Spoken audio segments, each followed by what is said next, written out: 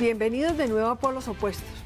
Uno de los más fuertes calificativos contra la corrupción lo dio el Papa Francisco al señalar a los corruptos como el nuevo anticristo. Todos los días el mundo, y particularmente en Colombia, amanecemos con un nuevo escándalo de corrupción. Yo les pregunto, cuando ustedes compran un carro como nuevo y se los entregan en mal estado, ¿ustedes qué hacen? ¿Reclaman, protestan? Pues bien, cada vez que se roban lo público, a usted le están robando igual que con el carro. ¿Y usted qué hace? Lo público es sagrado y ser indiferente ante la corrupción es complicidad. Se trata de un problema que desangra el país y es el primer factor desestabilizador de la democracia. Para hablar sobre este tema nos acompañan tres personas que sí han luchado contra este anticristo. Yo lo hago y los invité como un homenaje.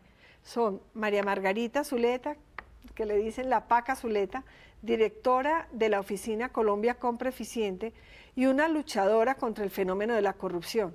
Carlos Fernando Galán, que por herencia de sus padres también empezó a luchar por la corrupción, comprometido con este tema. Fue secretario de Transparencia y Anticorrupción de la Presidencia de la República y fue concejal y ayudó a destapar el llamado cartel de la contratación de Bogotá, precisamente con Carlos Vicente de Rú, también concejal de Bogotá, miembro del partido del alcalde de la capital colombiana, Gustavo Petro, de los progresistas, y lucha a brazo armado contra el fenómeno. No. Abrazo partido, quizás. Es que la conciencia sí que es una buena arma. Es que no son las armas letales las que matan, pero usted es un gran luchador contra la corrupción. Gracias, mami. Y empiezo por decirles, ustedes viven frustrados, se sienten que avanzamos en esa materia. Empecemos por la Paca. A ver, yo pienso que hay un tema que es muy importante, que es poner el tema de la corrupción y el tema de la necesidad de tener transparencia en la mesa. Pero también hay que entender bien de qué se trata. La corrupción es un crimen de cálculo. Al ser un crimen de cálculo, el miedo es un factor importantísimo. Si la gente piensa que la van a coger, posiblemente no comete el delito de la misma manera que si piensa que no la van a coger. O sea, la impunidad es lo peor. Ahí hay un tema importante de poner sobre la mesa. Si no hay una lucha contra la impunidad, los esfuerzos contra la corrupción no son tan fuertes como deberían ser. Hay otro tema y es que medir la corrupción es un tema muy difícil, porque cuando uno dice vamos a luchar contra el homicidio, entonces uno cuenta cadáveres o desaparecidos. Este es un crimen de cálculo y se esconde, entonces uno no puede contar el impacto de ese crimen. Y la otra cosa que me parece a mí que es difícil y hace que la cabeza y el corazón de las personas tengan que cambiar para luchar contra la corrupción es que el efecto de la corrupción no es inmediato. Una persona comete un crimen como un homicidio y la persona que está enfrente se muere. Lesiones personales y la persona que está enfrente sufre. Un hurto y la persona que está enfrente pierde un bien. Pero con la corrupción el impacto no es inmediato. Pensemos en la gran corrupción en el sistema de salud atado a los grupos paramilitares. Los grupos paramilitares adquirieron gobernabilidad en los grupos humanos en grandes poblaciones del país, manejando el sistema. Trasciende lo cultural, van cambiando el ambiente. Y nadie se daba cuenta que era lo que estaba pasando.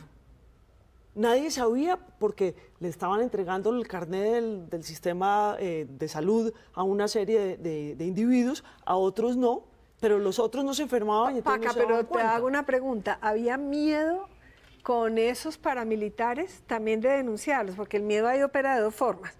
Miedo para no corromperse porque paga, porque el que delinque paga. Pero también miedo porque el corrupto es demasiado poderoso. Y ahí inhibe, ahí el miedo en vez de servir, inhibe. Claro, y esa es la corrupción armada, que eso es, digamos, la cosa más grave que nos pasó a nosotros en Colombia con el tema de la corrupción. Pero lo que me refiero es que el impacto de la corrupción no es una cosa que la gente entienda inmediatamente. La persona cometió un acto de corrupción, se ganó un contrato de los que denunciaron ellos dos valientemente en el Consejo, alguien se ganó ese contrato de una forma ilícita, con actos de corrupción, y la consecuencia no se da ahí mismo. Posiblemente en este caso las obras no se hicieron, pero posiblemente si la obra se hace nadie se da cuenta del daño, y entonces al no tener el impacto, la corrupción no tener un impacto inmediato, el ciudadano tiene una actitud distinta a la que puede Doctor tener Galán, con yo le otros pregunto, crímenes. dentro de esta frustración que mantenemos todos con el tema de la corrupción que parece nunca acabarse, en estos días Juan Gosaín decía que estaba desde la Biblia en toda la presente, ¿usted cree que lo de la corrupción en el carrusel de Bogotá, pues ustedes lo investigaron, pero que eso es atávico y que siempre ha sido así. Bueno, yo creo que en el caso del carrusel de Bogotá, primero para tomar las palabras del Papa o a partir de lo que dijo el Papa, hay que tener fe para poder luchar contra la corrupción. Yo creo que nosotros los tres aquí tenemos fe en que se puede lograr tener resultados importantes. Y lo del carrusel es una demostración de eso. Es cierto que el carrusel o la figura de corrupción en Bogotá no surgió con Samuel Moreno. Sería un error decir que fue Samuel Moreno el que se robó Bogotá o el que permitió exclusivamente él hacerlo. Venían construyéndose, digamos, unas herramientas que permitieron que eso sucediera. En Bogotá vimos degradación de la contratación desde los años 90, básicamente. Las alcaldías locales se volvieron focos de corrupción a menor escala. Ustedes son muy jóvenes, pero la historia mía viene de antes. El presupuesto también fue creciendo. El presupuesto fue creciendo, entonces las dimensiones del robo era cada vez mayor y yo creo que se fue tecnificando la corrupción. Entonces, por ejemplo, las licitaciones que en principio se buscaba como una herramienta para garantizar una decisión adecuada del Estado para quién iba a construir obras, se convirtieron muchas veces en figuras manipuladas por los contratistas para, obviamente, desviar los recursos. Ahora, yo tengo la esperanza, Noemí, de que esto está cambiando. O sea, lo que estamos viendo ahorita en Bogotá es un mensaje fundamental para lo que decía la Paca hace un rato, y es que se requiere que no haya impunidad. Estamos viendo por ejemplo, el concejal más poderoso que tuvo Bogotá en los últimos 20 años en la cárcel, confesando sus delitos. Eso yo creo que hace unos años era impensable. La gente decía, aquí nunca va a pasar que una persona de ese poder en Bogotá llegue a la cárcel.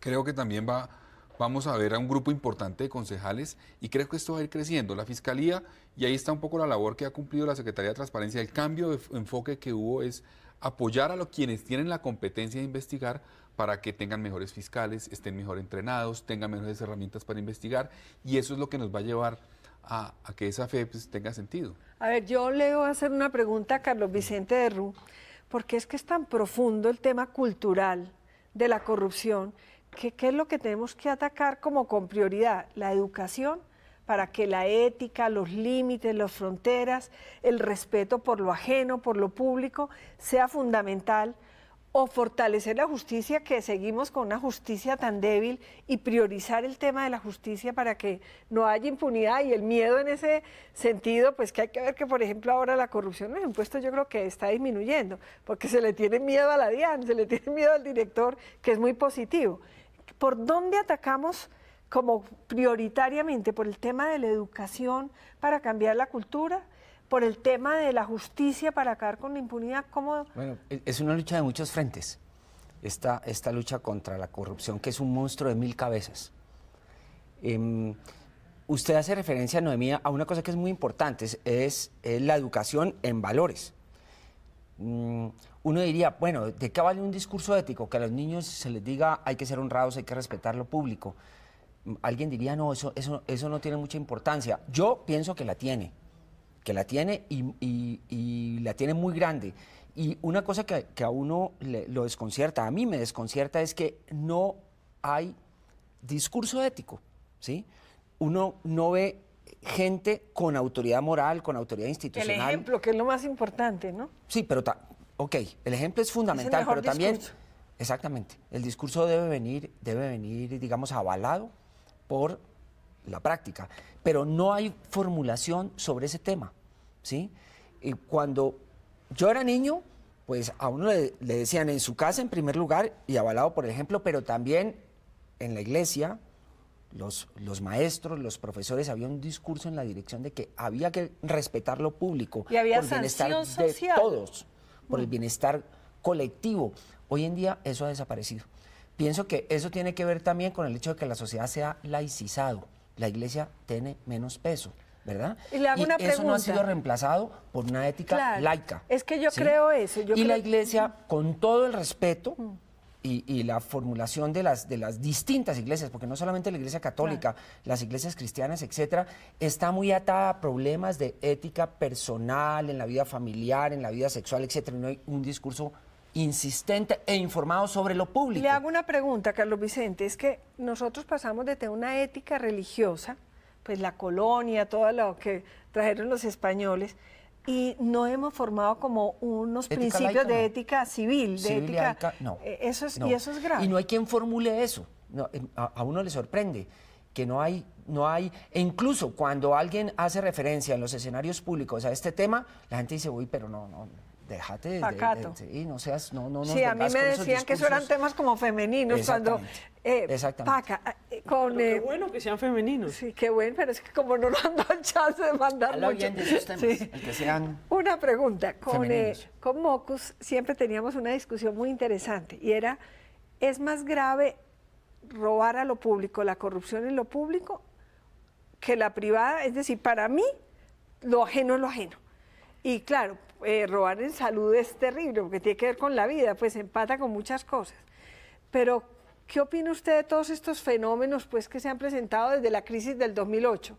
Que es corrupción en lo financiero, que destruyó pensiones, políticas sociales, que sumió a Europa pues, en las que está y en los costos del mundo. Si hay una diferencia tan profunda éticamente hablando en robar en lo público y robar en lo privado. Yo creo que sí hay, sin que quiera decir que robar en lo privado no sea gravísimo, pero sí hay. Y yo creo que en otros, hablando de otros temas, lo tenemos muy claro. Hablemos del homicidio, que yo creo que todo el mundo tiene claro que el homicidio es horrible. Obviamente, si el homicidio es contra una persona que representa algo particular, se vuelve un homicidio más grave y por eso se habla de crímenes con una mayúscula distinta que un homicidio... Magnicidios, pero es la vida. Es la vida y es igualmente grave y están acabándole la posibilidad a una persona de vivir. Es igualmente es gravísimo, pero hay uno que tiene una representatividad distinta, digámoslo así. Lo mismo me parece que pasa con la corrupción pública. La corrupción... Nosotros tenemos que tener un acuerdo para vivir, o sea, la plata es un papelito y porque todos tenemos un acuerdo, creemos que esa plata son 5.000 pesos o 10.000 pesos o 1.000 pesos. Es un acuerdo que tiene la sociedad para poder vivir. La sociedad tiene un acuerdo para poder vivir en muchos sentidos. Caminamos por un lado, manejamos por el lado derecho, tenemos una cantidad de acuerdos para poder vivir.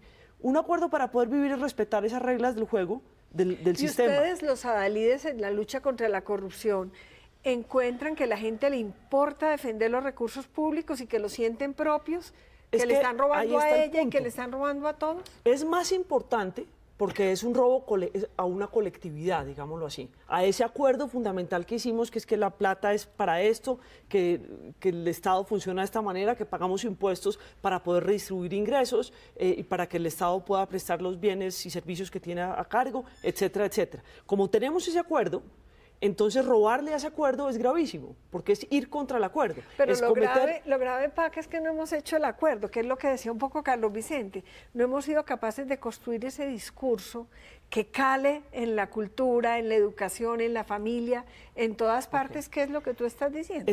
Creo que sí tenemos el acuerdo. Lo que nos falta es hacer un pronunciamiento ético sólido para vender el acuerdo, porque si no tuviéramos el acuerdo el Estado no funcionaría. Y funciona, con dificultades, pero funciona. Lo que necesitamos es un discurso, y me gusta lo de la ética laica, un discurso de ética sólido sobre el particular. Ética civil. Sí, que es... Vamos a ir un rato a comerciales que nos lo piden y volvemos ahora a comentar sobre este flagelo que de verdad duele tan profundamente.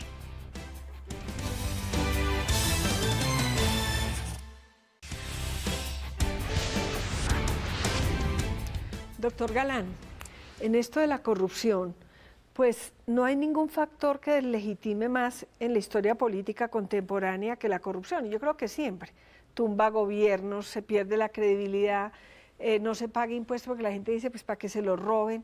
¿Qué hacer? Noemí, un indicador de eso que usted está diciendo es el pago del impuesto voluntario en Bogotá. En Bogotá, más de 100.000 contribuyentes llegaron a pagar 10% voluntario adicional de lo que le cobraban por el predial, porque confiaban en la forma como se estaban gastando los recursos hace cerca de 10 años. Hoy no más de 3.000 o 4.000 personas lo hacen. Eso demuestra una pérdida de confianza total en las instituciones. Ahora, yo creo que esto nos lleva también a discutir, precisamente en el tema institucional, las instituciones que juegan un papel clave en esto y son los partidos políticos. Los partidos políticos son grandes responsables del tema de corrupción en nuestro país y no toman medidas de fondo para resolverlo. Nosotros vemos cómo los partidos en la financiación de las campañas no son claros. Vemos cómo los partidos juegan un papel clave en la distribución de cuotas, inclusive en los encargados de vigilar la política o de vigilar la ejecución de los recursos, como Procuraduría, Contralorías, etcétera. Y eso termina generando, digamos, como unos grupos o como unas especies de artimañas para apoderarse de los recursos públicos. Entonces uno ve cómo la Contraloría no vigila de manera adecuada a quien debe vigilar, la Procuraduría en su caso tampoco, o las personalidades no lo hacen. Y creo que ahí está la clave también de los problemas que tenemos hoy desde el punto de vista institucional. Es que una institución clave, aparte de legislativo, ejecutivo... Pero no quiere decir que están desbordados, que es tanta la corrupción, porque uno ve una Contraloría todos los días saliendo con muchísimos casos de corrupción. ¿No están desbordadas las autoridades, las de control? Sin duda. Yo, por ejemplo, visitaba fiscales en Cartagena y me decían, yo como fiscal tengo un policía judicial o dos y tengo 300 casos por investigar, no tengo capacidad de hacerlo. Entonces, sin duda se requiere replantear un poco la forma como funcionan los órganos de control y cómo funciona la fiscalía al investigar este tipo de casos. Creo que eso pasa por especializarlos, eso pasa por priorizar los casos, eso pasa por generar, digamos, mayores herramientas de control social para que no todo termine en la Procuraduría o en la Contraloría, sino se puedan tomar medidas preventivas cuando se están ejecutando los recursos. Por eso hay que fortalecer control interno, control social, etcétera. Y por eso creo que la clave del tema de la corrupción no hay una fórmula mágica. Creo que se requiere como una estrategia completa que incluya lo que ustedes mencionaban aquí, el tema ético es fundamental. El tema de las herramientas jurídicas es clave, no es a punta de normas que se va a resolver la problemática, pero se requieren normas adecuadas. El tema de recursos, el tema de coordinación adecuada, el tema de visibilidad, de transparencia, de acceso a información. La familia tiene que asumir un papel. Yo quisiera comentar algo sobre lo que dice Carlos Fernando, sobre la necesidad de atacar muchísimos frentes, ¿sí? En el caso de Bogotá, uno ve que hay temas, digamos, culturales, institucionales y políticos que están interviniendo muchísimo. Por ejemplo, en Bogotá no hay una clase dirigente comprometida con la ciudad, a diferencia de lo que ocurre en Medellín. Usted lo sabe, Noemí, porque ustedes... Hay sentido de pertenencia. Hay sentido de pertenencia de la clase dirigente. Y usted ve a los antioqueños, empresarios, dirigentes políticos, académicos, deportivos, pensando en su ciudad, asistiendo a juntas relacionadas con desarrollos cívicos, fortalecimiento de las empresas y las entidades municipales, etcétera. En Cali un poco también, aunque quedó muy aturdida por el narcotráfico, pero está... Medellín también, claro. Medellín también. Sí. Esas dos ciudades tuvieron el problema del narcotráfico, pero hubo una clase dirigente con sentido de pertenencia. En Bogotá la gente que tiene interés por lo público, en el buen sentido de la expresión, se dedica a los temas nacionales. Usted tiene aquí dos ejemplos de dos personas muy destacadas que trabajan. Y eso es una gran noticia, es una muy buena cosa en temas nacionales. Entonces, la gente con vocación hacia lo público, ¿sí? En el mejor de los sentidos en Bogotá, se dedica a trabajar en los temas nacionales. Pero no tenemos clase dirigente volcada hacia los temas y una observación adicional. ¿Y qué pasa como con las organizaciones cívicas de raigambre popular, de gente que ha luchado, digamos, con propósitos de transformación en sus ámbitos, en sus barrios, en sus localidades, etcétera? Se hizo un diseño pésimo en Bogotá, que fue el de generar unos fondos de desarrollo local a los que se le destinan más de 500 mil millones de pesos al año para microproyectos. Y como dice Paul Bromer, fue la forma de seducir y cooptar todo ese fermento de acción cívica, a veces un poco crítica, ¿sí? Que trabajaba por temas de sus localidades, para dedicarla a desarrollar proyecticos de bajo impacto, claro. Con poco alcance, donde juega mucho la corrupción, porque se han descompuesto los fondos de desarrollo local. Eso ha pasado en Bogotá, esas dos cosas han pasado en Bogotá, que son dramáticas. Pero bueno, en Bogotá y también nacional, es que la política social se vuelve política electoral y eso es una forma de corromper la democracia.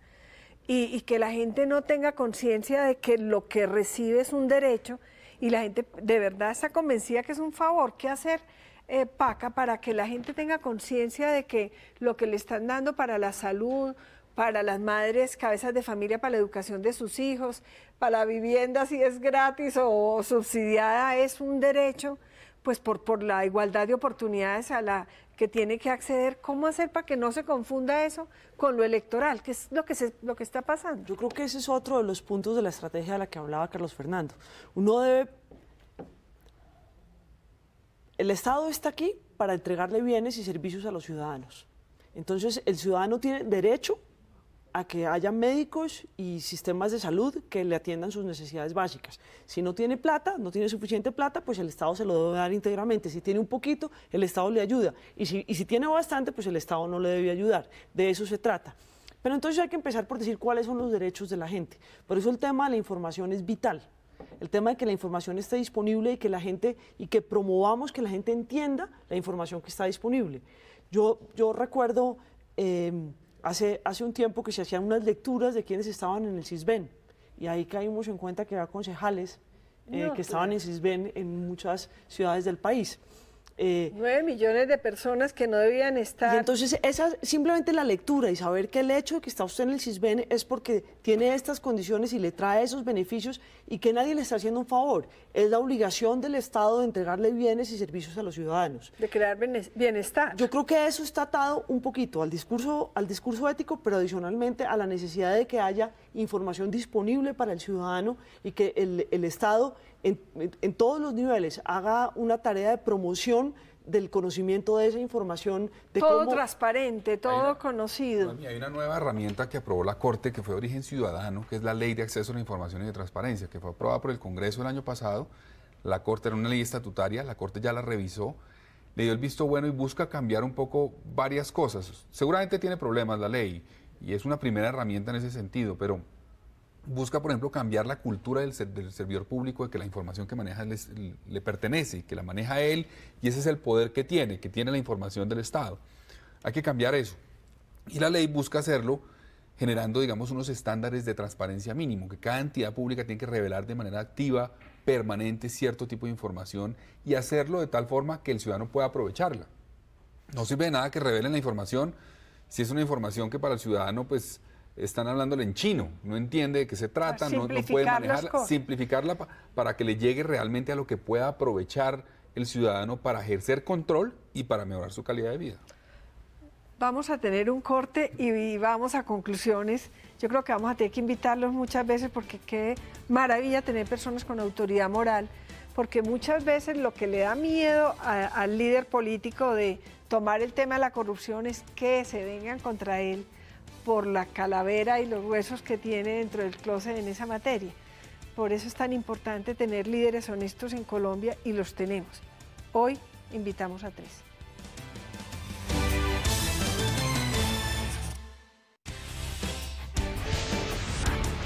A uno le da la impresión de que si hubiera menos corrupción, Colombia tendría ya la infraestructura, no estas demoras ni estos atrasos tan terribles. Tendríamos educación de verdad para todos, salud, vivienda para las mayorías.